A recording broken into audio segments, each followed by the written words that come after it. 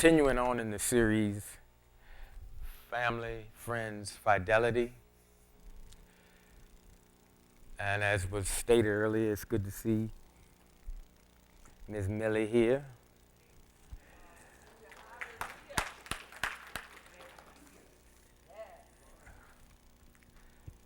And of course, prayers will continue for her as well as Sister Catherine. Well, I thought it was my teaching that got her out of here, but she had a medical emergency. But I pray that all will go well. Let's get into Job again. Where Job fits in this Family, Friends, Fidelity series. The story of Job really can be each one of our stories, because the majority of us have experienced a lot of days, a lot of years where things just went smoothly. A lot of, as church folk like to say, a lot of blessed days. And sometimes when you get used to things going exactly the way you believe they should go because you're a child of the Most High, when things get out of order, we kind of get short-circuited. And a lot of times, most of us will do a quick inventory, and we might first go immediately to whatever it was we used to do that we knew wasn't right, that we turned away from, and we say, well, I'm not doing that anymore. And then we might take a quick reference at our prayer life. Well, I'm praying. And then we might say, well, I haven't had an argument or anything with anybody lately, or I haven't even had bad thoughts about people, In other words, saints, we go down a little checklist. Those three things I mentioned may not even be on your checklist. But when things don't go how you're accustomed to them going, I'll just use myself as an example. I'm like, oh my gosh, where did I fumble the ball? And right behind that is, why didn't I get a heads up? And right behind that is, I thought we had an agreement.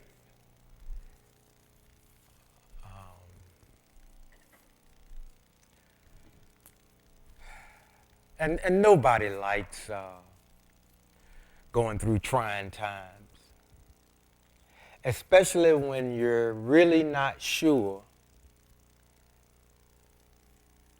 why did this happen? And then, why did it happen to me?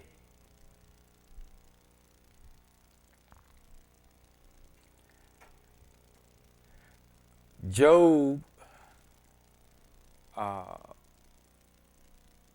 gives us a behind-the-scenes look, so to speak, at how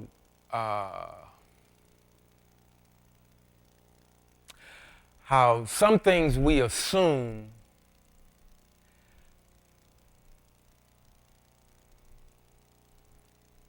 may not be. It may be the way it was taught to us. It may be the way that we heard it preached. But life doesn't always go the way that preachers and pastors and priests and rabbis and scholars and good people. It doesn't always go that way because that's not the way it was designed. And again, I'm not saying that as if I have some special insight. I've spent a lot of time going over Job, not just now. I used to go over Job every time something really unpleasant happened. So I've been going over Job a lot. And but don't get the wrong impression. I've had a lot of wonderful, wonderful days, and they far outnumber the days where I want to fight, I guess, is the best way to say it. But we've all had Job preach to us, and of course, they go through some of this stuff, but then they always get to the end where everything that he lost was restored, and a lot of saints are under the impression that, it doesn't matter. It'll all be returned. In fact, some of us used to say all the time, I'm going to, find the devil or whatever and make him pay me 7 times or whatever. After we finish this study, you might look at things a little differently. And again, I'm not trying to start anything new. I'm just here for us all to take a deeper look at the scriptures. Some of us almost know it by heart, but knowing it by heart does not signify that you understand what it is you've memorized. That we understand what we've memorized. By quick review, there was a man, and I'm reading this out of the King James Version, which we're all familiar with. There was a man in the land of Uz whose name was Job, and that man was perfect and upright. And here, of course, perfect means he was mature. Perfect doesn't mean he was perfect, was without sin. Some of us know some saints that might characterize themselves as perfect, meaning without sin. And of course, then you know that they're lying. That man was perfect and upright, and one that feared God and eschewed evil. He didn't like evil. He avoided evil. He was like one of those, remember the 7 type of rabbis, and the one rabbi that didn't want to look at a woman, and he had a knot on his head from walking into the wall. You see, a lot of us are that way. And I understand about putting fences around the word and things of that nature, but sometimes we go to the extreme, and that's what gets us in trouble. We start seeing things that aren't there. We start hearing people say things that they didn't say. And then when we mix that up with how we process things, we really have a mess on our hands. And some of us have given information based on erroneous misunderstandings. And when that happens, sometimes people make serious life decisions based on inaccurate information. And sometimes years later, they're disappointed when certain things don't manifest. Or they're disappointed when that thing that they were praying manifests, and it manifests and it's not what they wanted at all. That happens in life, saints.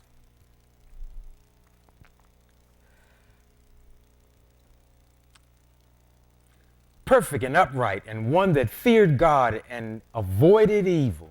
And there were born unto him 7 sons and 3 daughters. He almost had a basketball team. I think you need 12, I think.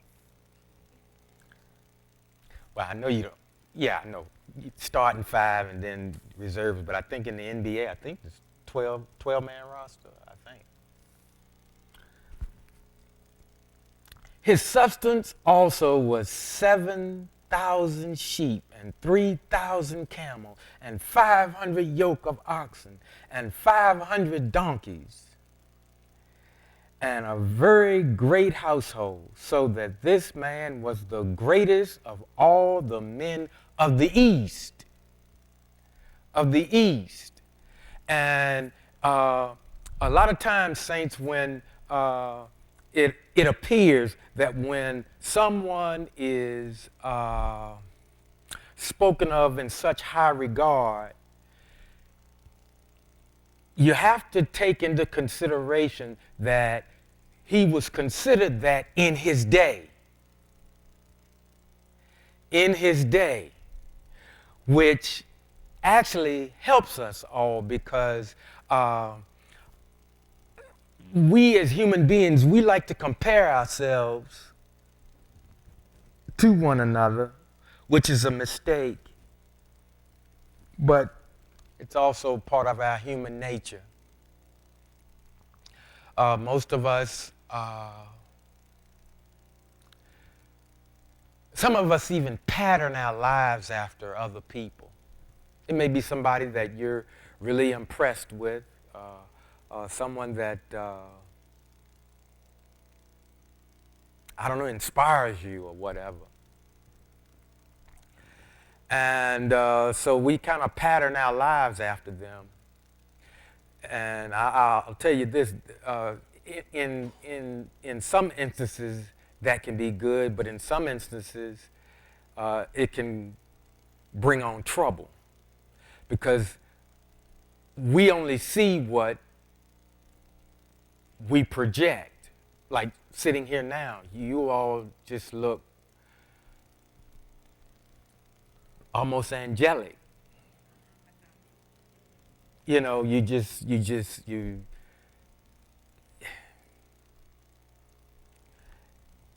look perfect. And right now, sitting here in the church, unless your thought process is not right, you almost look like with no sin. Of course, your mind could be where you going to eat when he shut his mouth, you know. I don't blame you. I don't hold it against you, and I'm not offended. Because mine wondering too.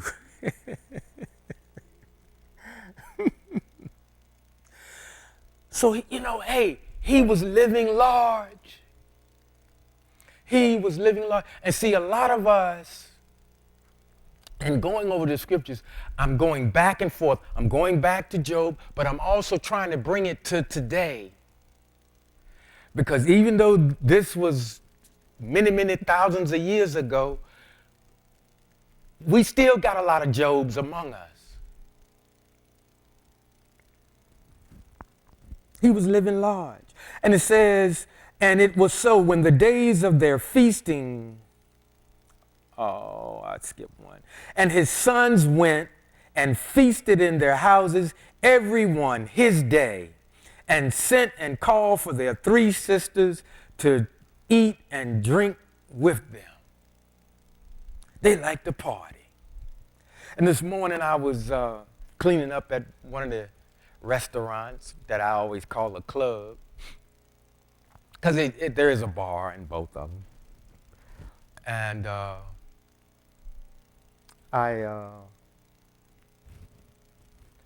was looking out they got a big glass window, and this guy was out there, and I've seen this a lot, but it struck me this morning. I was mopping up the floor, and I actually saw a guy. They come by the front of the building, and they're looking for change. And I saw a guy reach down and grab a can, and it was an energy drink.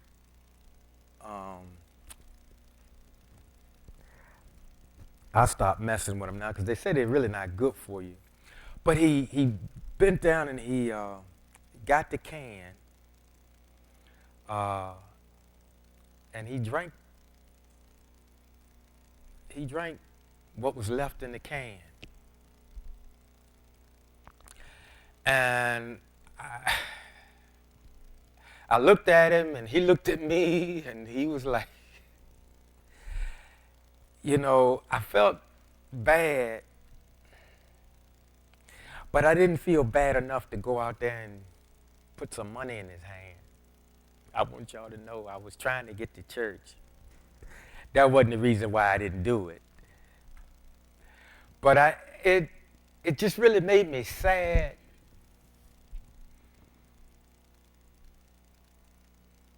Red Bull, that's what it was. Red Bull. It was a can of Red Bull. And I noticed the places, they sell the Red Bull, and that stuff will make you jumpy. And then they mix different alcohol with the Red Bull, and I'm like, that really messed people up. But it stuck with me because, see, I'm not a doom and gloom person. I'm just merely trying to inform. What I saw this morning, there's going to be more of that. Because I'll tell you, in looking at the guy, he looked like he could have been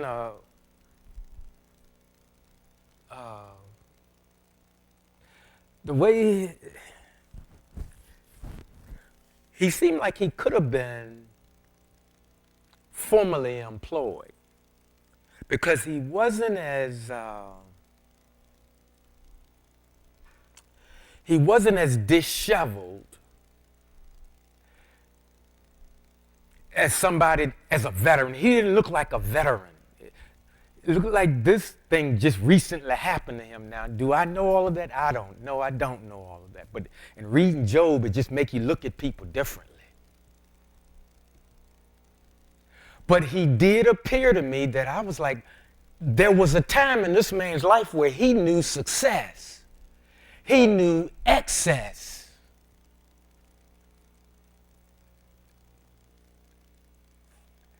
And some of you might say, well, you got all of that from just watching him drink a Red Bull? Yeah, that's what came to me.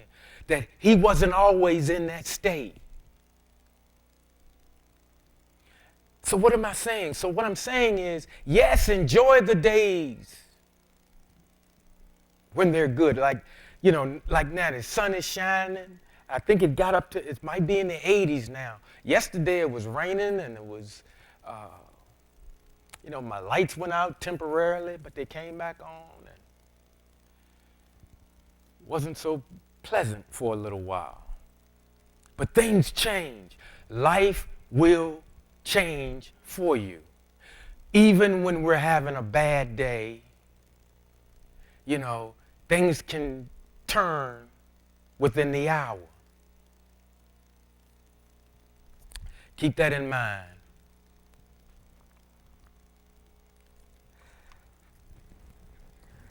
Greg, keep me from walking into the pole. And it was so when the days of their feasting was gone, about that Job sent and sanctified them and rose up early in the morning and offered burnt offerings according to the number of them all. In other words, for his 10 children, he would get up and he would offer burnt offerings for all of them. For Job said, "It may be that my sons have sinned and cursed God in their hearts." Thus did Job continually. Now, isn't that something for a father to say about his sons, about his offspring? Now, today, most of us might not say that about our offspring. But Job, because he avoided evil and he was mature and he realized he had been blessed mightily, Job was kind of trying to cover all the bases. And have you ever had days where things are going so good and then all of a sudden you say, "Oh my goodness, something not so pleasant gonna happen"? I hope you don't have those kind of days. I do. And that's bad when we need to learn how to, when it's a good day, enjoy the good day. Please. Because challenges are coming. Challenges are coming. I didn't say necessarily bad days, but challenges are coming. But some of the challenges are tough. But let's learn how to enjoy the good days when they're there. Because we get a lot more of those. I know sometimes it don't seem like it. Because we say, when it rain, it pour. But if you hit the lottery,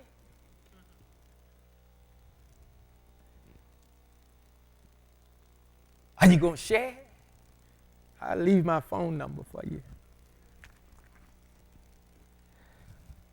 Job said, it may be that my sons have sinned and cursed God in their hearts. Now, why would Job say that? I'm just, I'm not expecting you to answer. We're all thinking aloud together. Why would a father say that?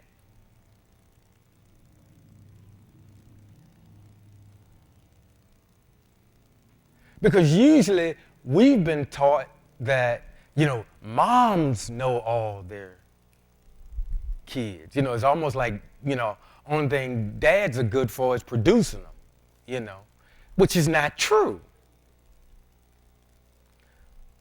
Some fathers do have, some type of intuition. Maybe it's not to the same degree as a mother. Some parents know their children very well, mother and father. In fact, sometimes mother and father may know them so well, but yet detect different things because one's male and one's female.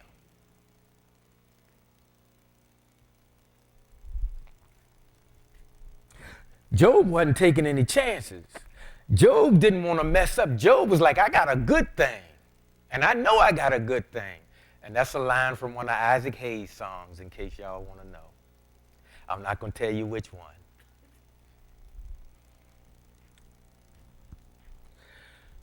But Job didn't take the Most High for granted. I don't want to paint that type of attitude about Job. Job was grateful for what he had. And we would be too if we had it like that. I mean, we're grateful, but I mean, he was living large.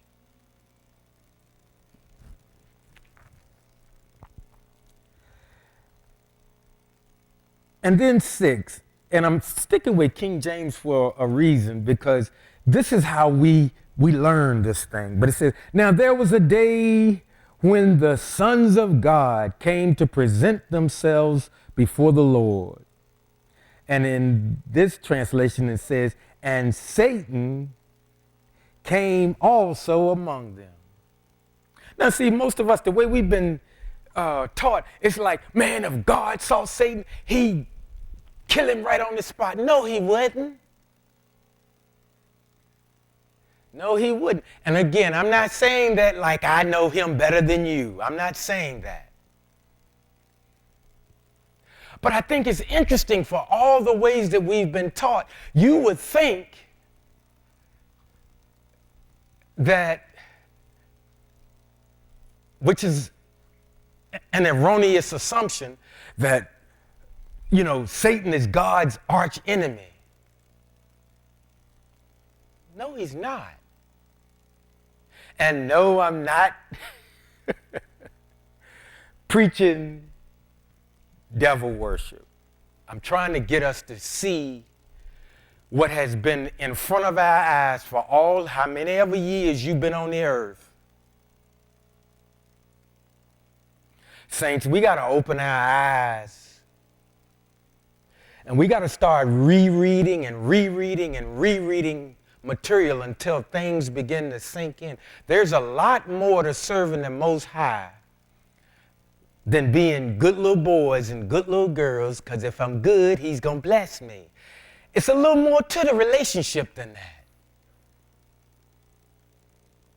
In fact, it's a lot more to the relationship than that. And here's another kicker. And this is hard to swallow. Our relationships with one another have to improve.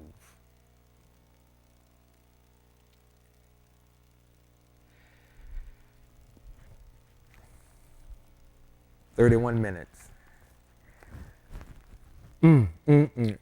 Now there was a day when the sons of God came to present themselves, and most scholars say that's talking about the angels or the messengers. And then I had a thought. I said, well, wait a minute, hold it. It said the sons of God came. The sons of God. And then when you read in what we call the Brit Hadashah, it says Yeshua was the only begotten.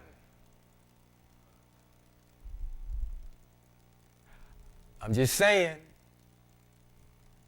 I'm just throwing that out there.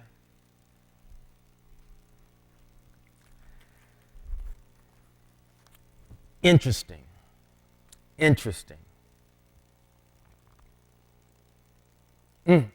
Now there was a day when the sons of God came to present themselves before the Lord, and Satan came also among them.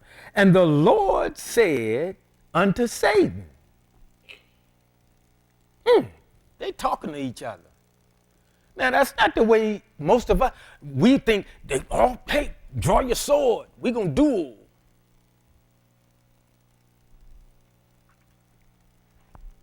And the Lord said unto Satan, whence comest thou?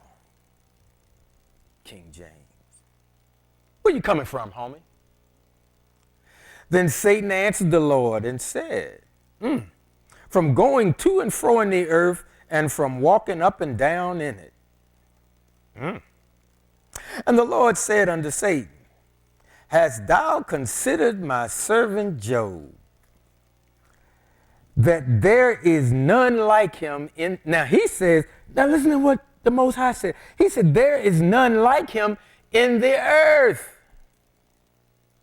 A perfect man, an upright man, one that feareth God and escheweth evil. He asked that as a question.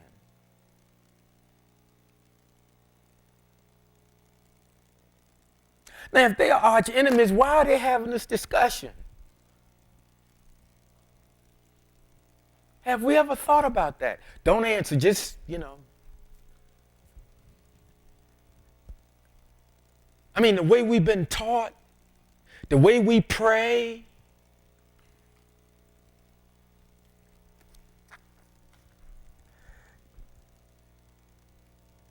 Mm. And the Lord said unto Satan, hast thou considered my servant Job, that there is none like him in the earth, a perfect and upright man, one that feareth God and escheweth evil? Now listen to this. I mean, homeboy talking junk. Listen. He says, then Satan answered the Lord and said, does Job fear God for naught?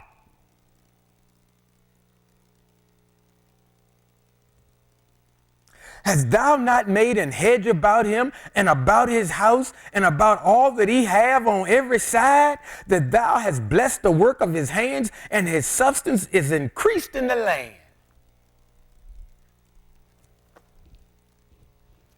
Man, you got him living large, pockets fat, got a beautiful wife, 10 kids, 10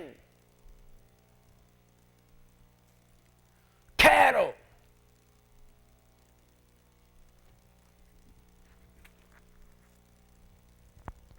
Mm.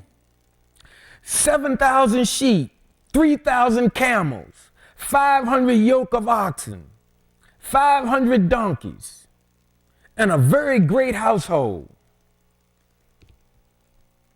Mm.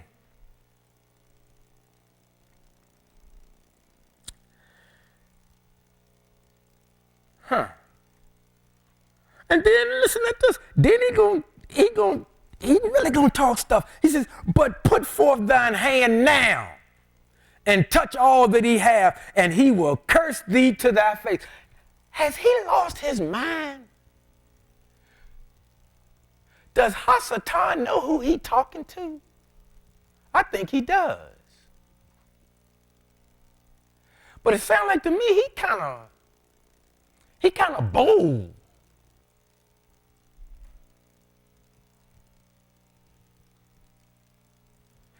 Have we ever considered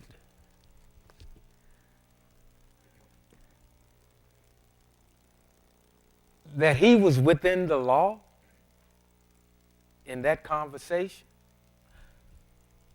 I'm not asking for an answer. I'm just wanting you to consider. You do realize that the Most High created everything.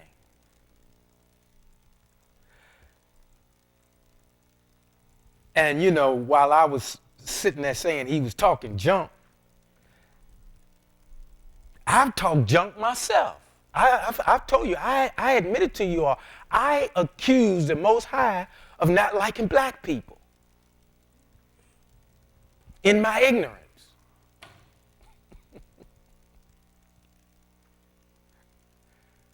Yeah.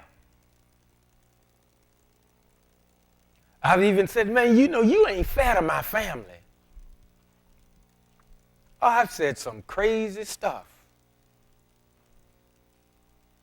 in my youth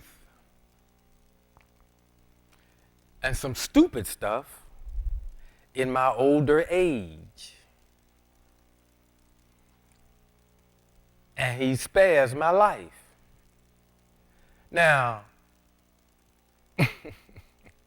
when he's had enough, he's had enough.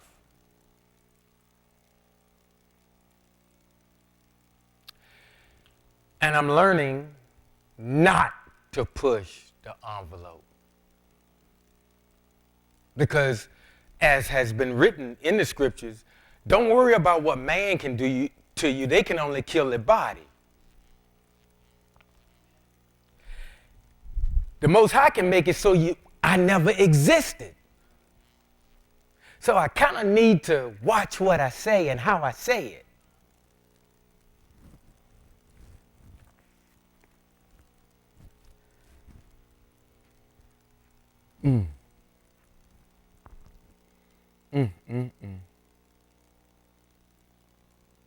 But put forth thine hand now and touch all that he hath, and he will curse thee to thy face. Man, I'm surprised one of the sons of God didn't reach over there and backslap him. That's what some of us, who you talking to? You know, we get tough because we know he got our back. Or at least we believe he got our back. See, some guys, And the fellas know what I'm talking about. Some guys will talk junk when they know somebody in the group gonna have their back. You get that same guy coming down the street and it's just you and him, he won't open his mouth. But if he with some of his boys, he go, hey, Barry, chump.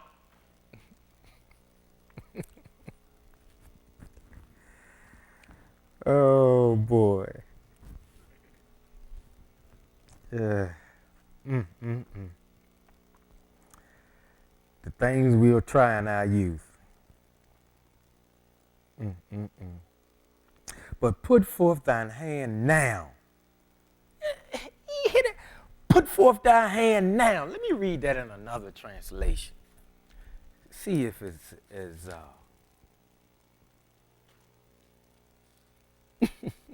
okay. Listen to this. The adversary answered, Yah, is it for nothing that Job fears God? You've put a protective hedge around him, his house and everything he has. You've prospered his work. His livestock are spread all over the land. But if you reach out your hand and touch whatever he has, without doubt, he'll curse you to your face.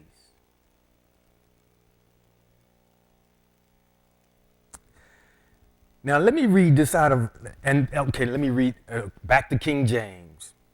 And the Lord said unto Satan, behold, all that he hath is in thy power. Only upon himself put not forth thine hand. Let me read it somewhere else. Yah said to the adversary, here. Notice that now. Here. Everything he has is in your hands. Why do I make that distinction? Because in King James, it says it this way. It says, all that he have is in thy power. It said, behold, look. And in another translation, it's as if the Most High said, look, hey, here's his stuff. Okay, you got it now. You got control over it. But don't touch his body.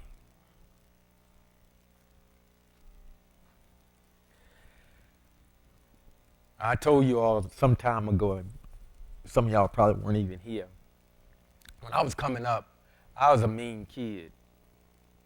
And, oh no, not you, yes. And my oldest brother, Ron,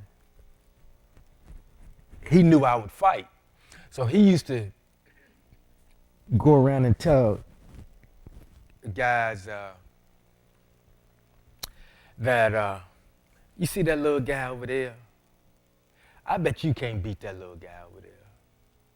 And man, I'd get mad as I don't know what. I'm going to tell you something that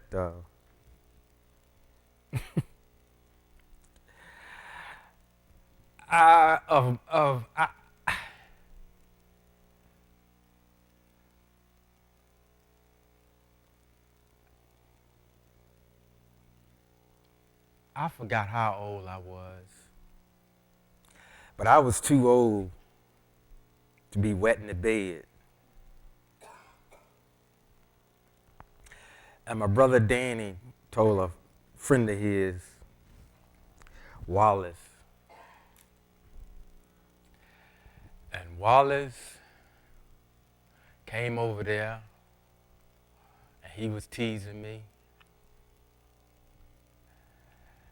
And me and Wallace got to fighting. And guess what? Wallace went home and got his uncle. And when his uncle came to my house and I came out the front door, his uncle bust out laughing because Wallace was about 3 times my size. His uncle laughed at him. He said, that little guy.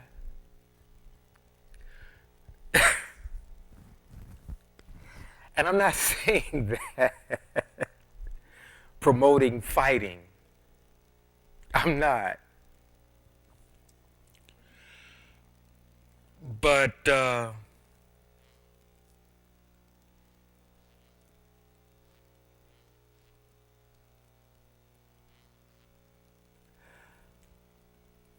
I guess I have what they used to call the Napoleon complex.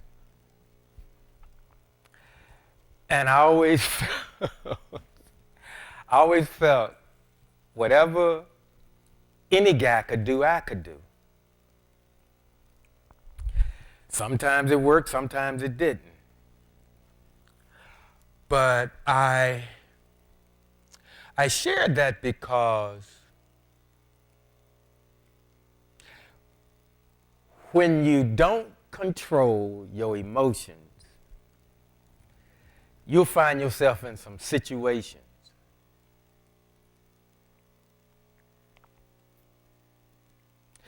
And, you know,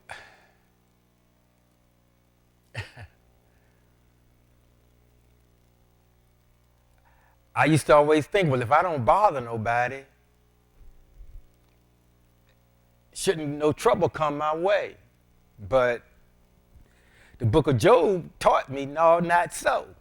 And I didn't, of course, back then I didn't know Job. And it goes back to, again, I used to think, hey, well, you know, if I don't bother nobody, things should be all right.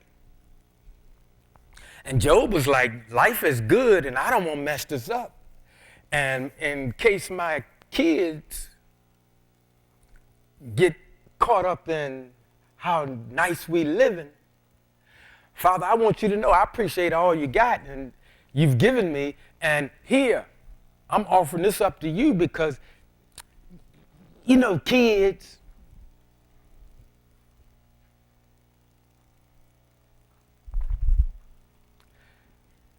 and I want you to think about this.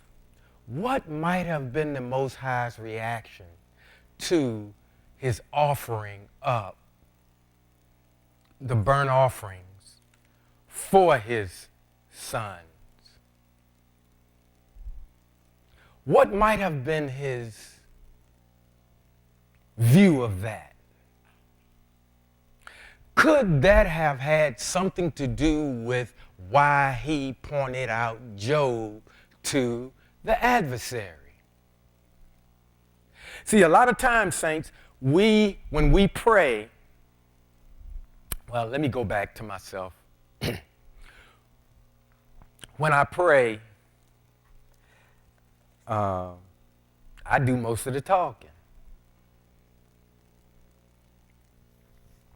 And when I had my Job moment, and I will never forget it.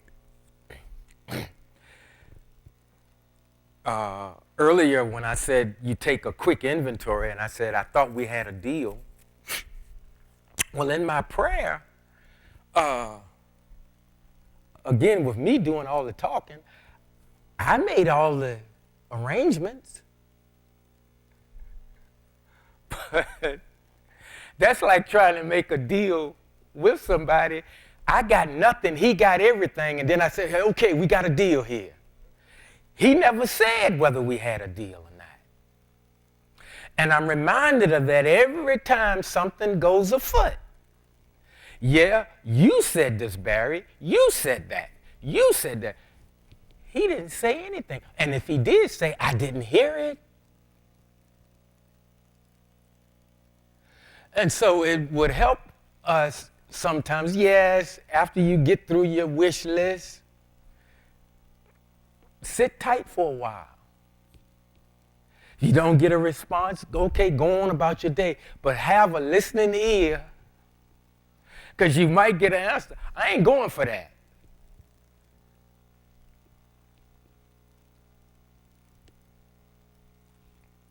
Or you might get a no.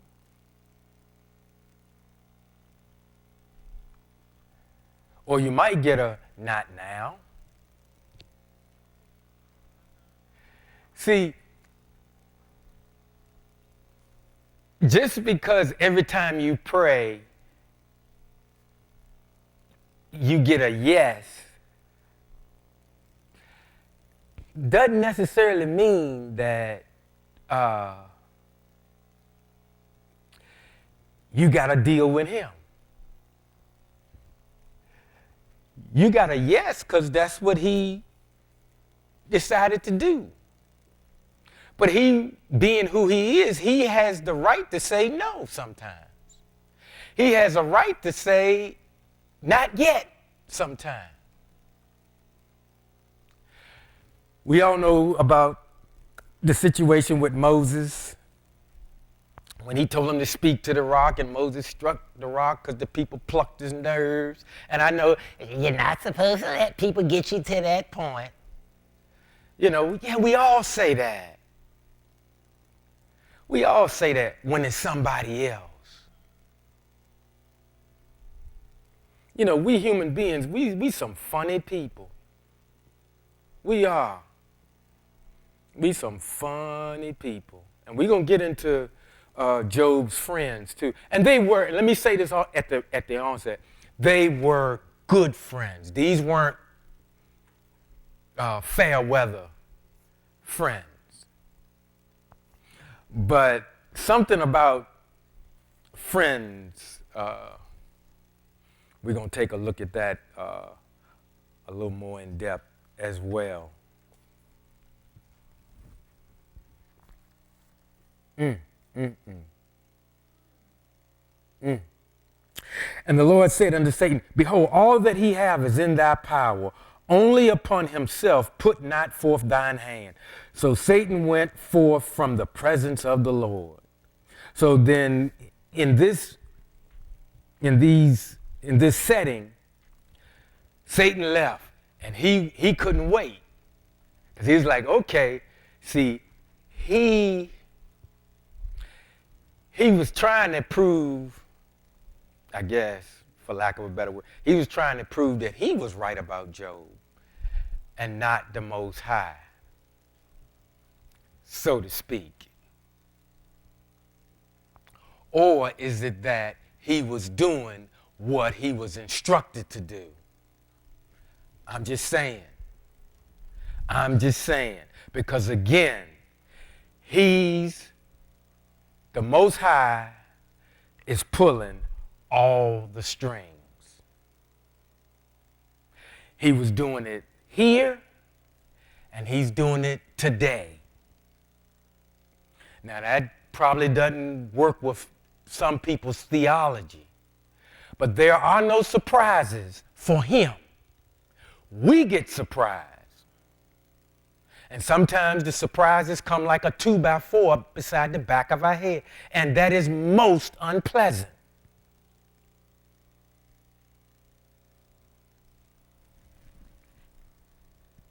But it doesn't change the fact that the Most High is supreme.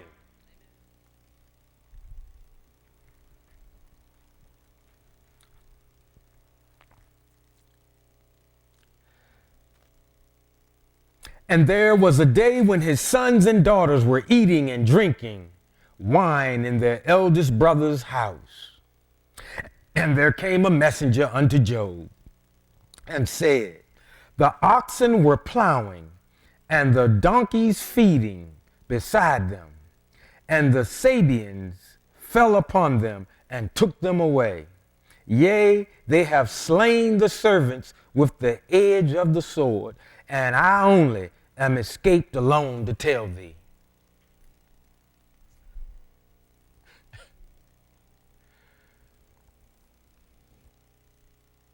Bad news.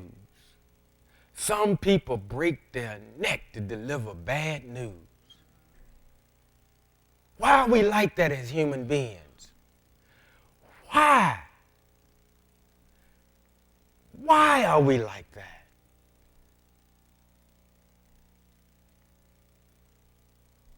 And some of us are almost gleeful to deliver the message, especially if you don't particularly like the person. Believers wouldn't do that. Yes, they do. Yeah, they do. All believers don't like each other. Let me put it this way. Not every believer like every other believer. Okay? And their reasons, some of them better than others. Some family members don't get along for whatever reason. Some siblings don't.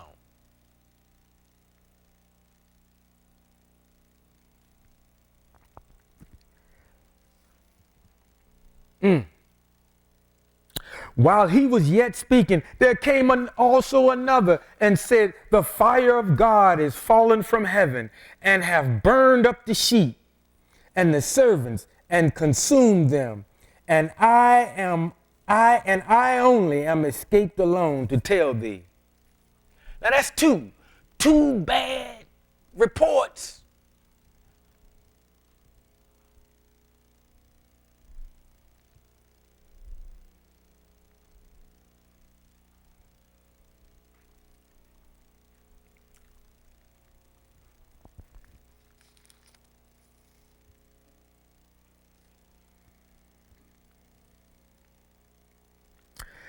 While he was yet speaking, there also came another and said, the Chaldeans made out 3 bands and fell upon the camels and have carried them away, yea, and slain the servants with the edge of the sword. And I only am escaped alone to tell thee. That's 3.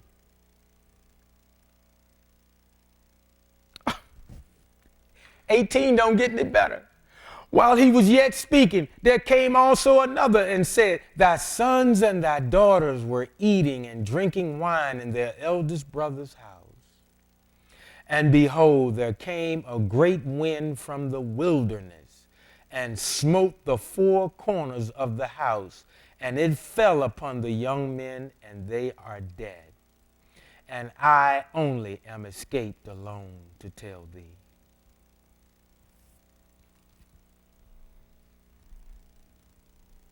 How much bad news can one man take? Now, all of us in here have gotten bad news. Horrible.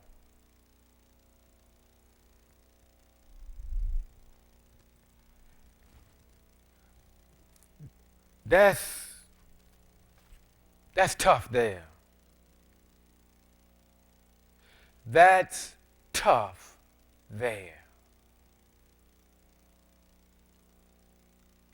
Some of us, we couldn't stand it. Some of us couldn't stand it.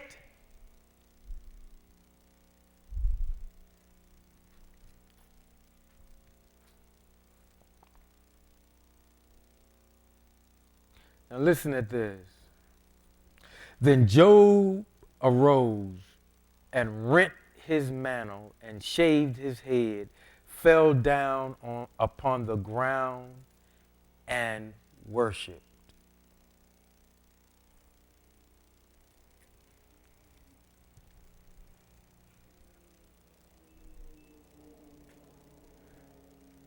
Job was not plastic. Job was not a I'm blessed and highly favored kind of saint. Job was not I'm a head and not the tail. I'm above and not beneath. He wasn't. See,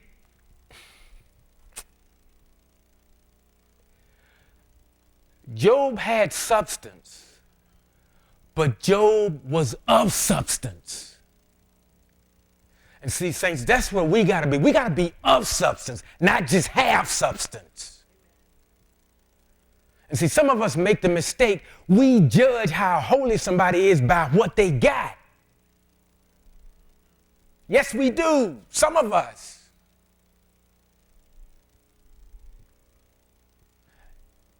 And that's a mistake.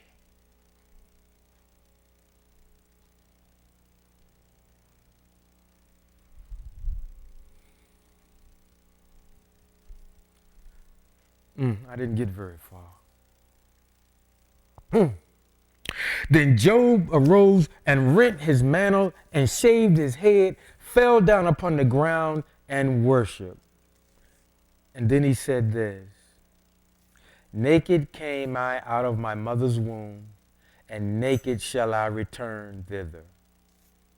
The Lord gave, and the Lord have taken away. Blessed be the name of the Lord. In all this, Job sinned not, nor, which is what I would have done, charged God foolishly.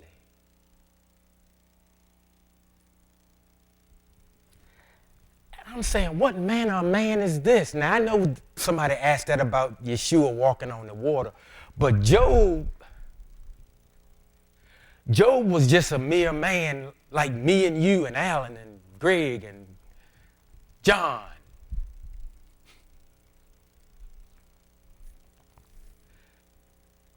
Wow.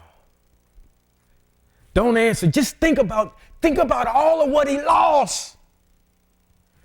And then think about what he did and then what he said.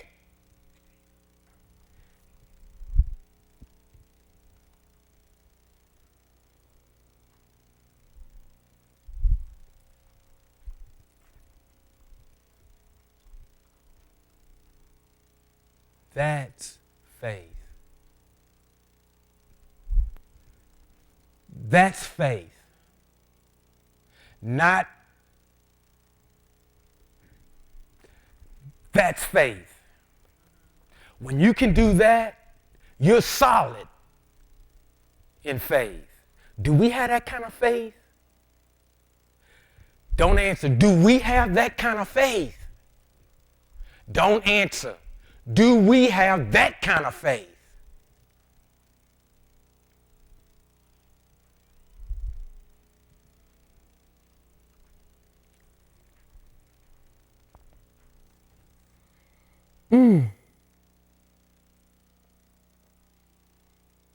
In all this, Job sinned not, nor charged God foolishly. And what they meant when they said charge, accuse God.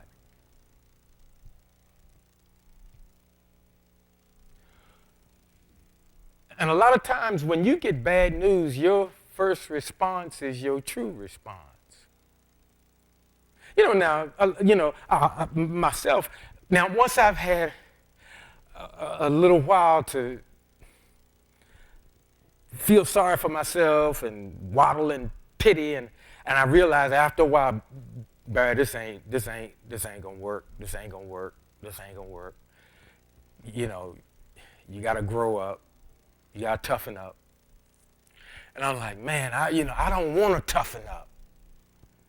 I remember a conversation I had with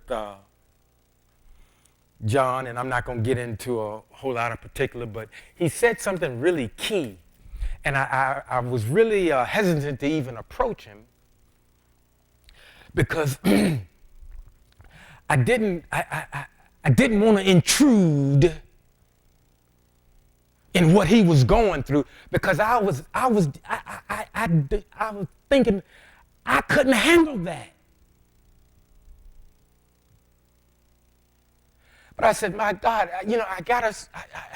I need to say something. But I didn't want the brother to feel like, well, he got to say something because this guy's, no. But in the course of the conversation, he said something, and it stayed with me. And I was like, okay, that's my guy. He was polite.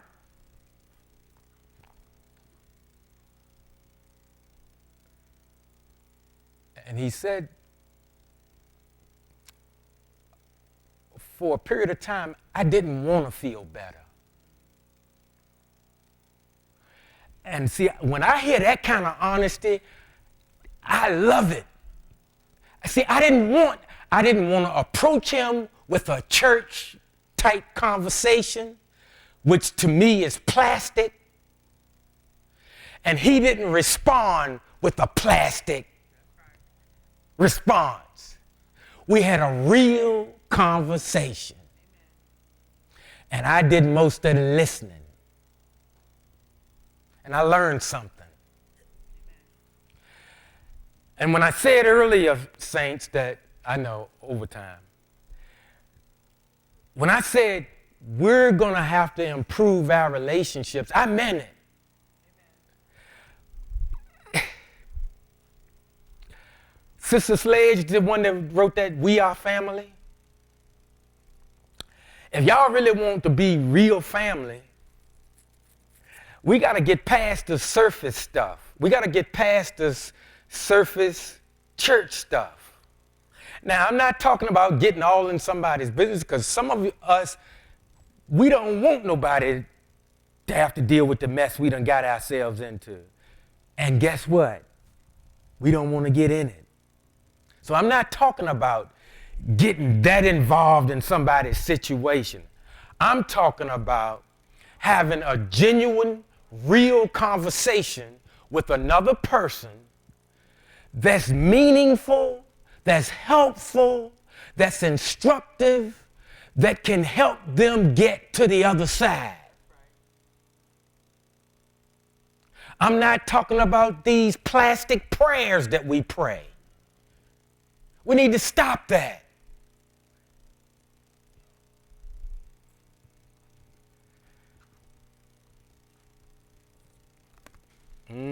I know y'all say, oh, I'll be glad when you get out of Job.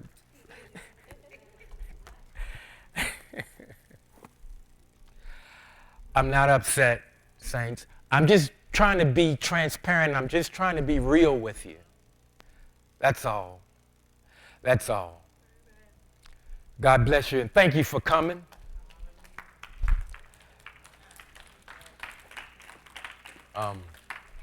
Since I went over, we're not going to have what they call church altar call.